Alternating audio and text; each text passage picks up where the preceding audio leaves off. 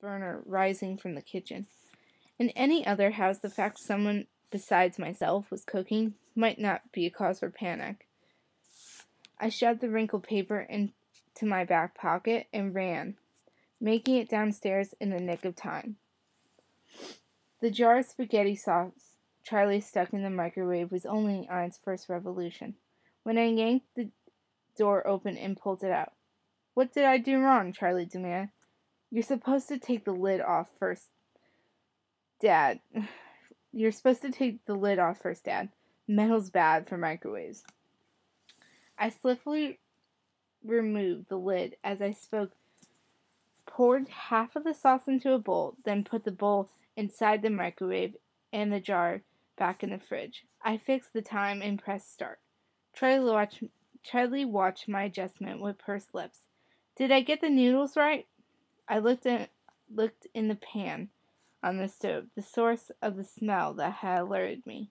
"Stirring helps," I said mildly.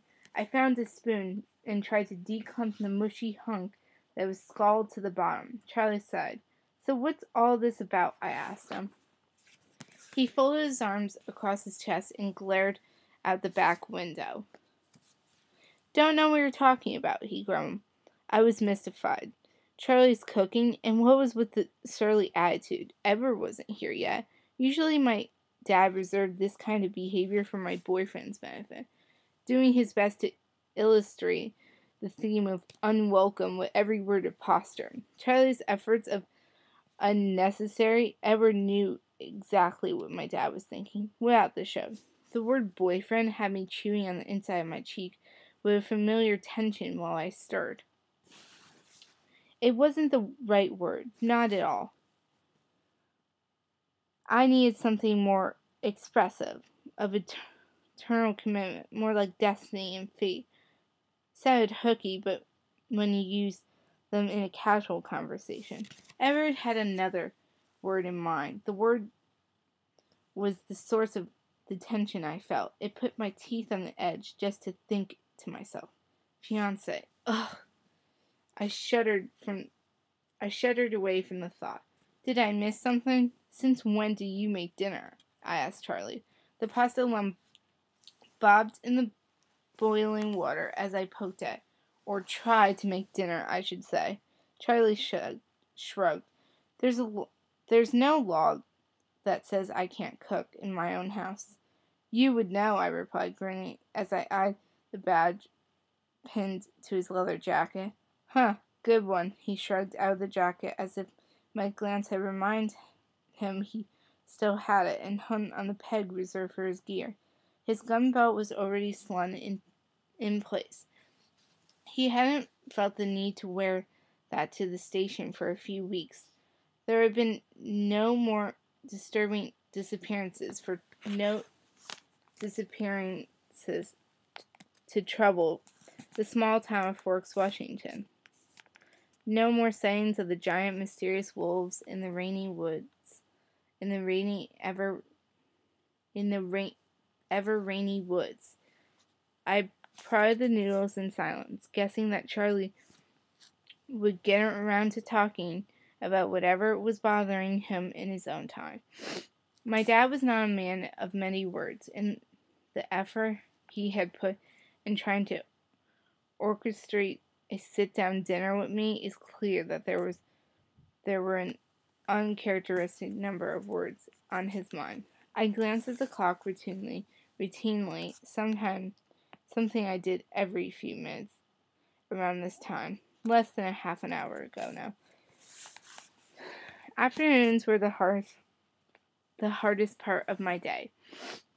Ever since my former best friend and werewolf, Jacob Black, had informed on me about the motorcycle I've been riding on the slide, a betrayal that devastated in order to get me grounded so I couldn't spend every time with my boyfriend and vampire, Edward Cullen.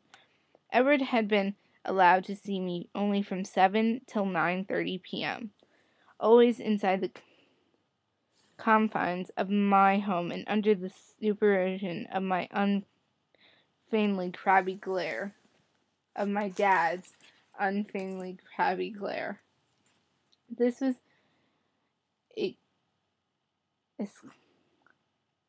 this was an explication from the previous slightly less citrus grounding that I earned for an unexpected 3-day disappearance in one episode of Cliff Diving. Of course, I still saw Edward at school because there wasn't anything Charlie could do about that. And then Edward spent almost every night in my room too. But Charlie wasn't previously aware that Edward's ability to climb easily and silently through my second-story window, and almost as useful as his ability to read Charlie's mind. Though that the afternoon was the only time I was spent away from Edward, it wasn't enough to make me restless, and the hours always dragged. Still, I endured my punishment without complaining because, for one thing, I knew I earned it, and for another, because I couldn't bear to hurt my dad by moving out now, when a much more permanent separation hovered invisible to Charlie, so close on my horizon. My dad sat down at the table with a grunt and unfolded the damp newspaper. There, within seconds, he was clucking his tongue in disapproval. I don't know why you read the news, Dad. It only takes you off. He ignored me, grumbling at the newspaper in his hands. This is why everyone wants to live in a small town. Ridiculous. What have big cities done wrong now? Seattle's making a run for murder capital of the country. 5 unsolved homicides in the last 2 weeks. Can you imagine living like that? I think Phoenix is actually higher in the homicide list, Dad. I have lived like that, and I've never come close to being a murder victim until after I moved to his safe little town. In fact, I was still on several hit lists. The spoon shook in my hand, making the water tremble. Well, you couldn't pay me enough, Charlie said. I gave up on saving dinner and settled for serving it. I had to use a steak knife to cut a portion of spaghetti for Charlie and then myself. While he watched with a sheepish expression, Charlie coated his helping with sauce and dug in. I described my own clump as well. I could, and followed his example without much enthusiasm. We ate in silence for a moment. Charlie was still scanning the news, so I picked up my much-abused copy of Wuthering Heights from where I left it this morning at breakfast and tried to lose myself in a third-century England while I waited for him to start talking. I was just about where Heathcliff returns when Charlie cleared his throat and threw the paper to the floor. You're right, Charlie said. I did have a reason for doing this. He waved his fork in the glue spread. I wanted to talk to you. I laid the book aside, and the binding was so distorted that it slumped flat to the table. You could have just asked. He nodded, his eyebrows pulling together. Yeah, I'll remember that next time. I thought taking dinner off your hands would soften you up. I laughed. It worked. Your cooking skills have me soft as a marshmallow. What do you need, Dad? Well, it's about Jacob. I felt my face harden. What about him? I asked. Through stiff lips. Easy, Bells. I know you're still upset that he told on you, but it was the right thing to do. He was being responsible. Responsible, I repeated.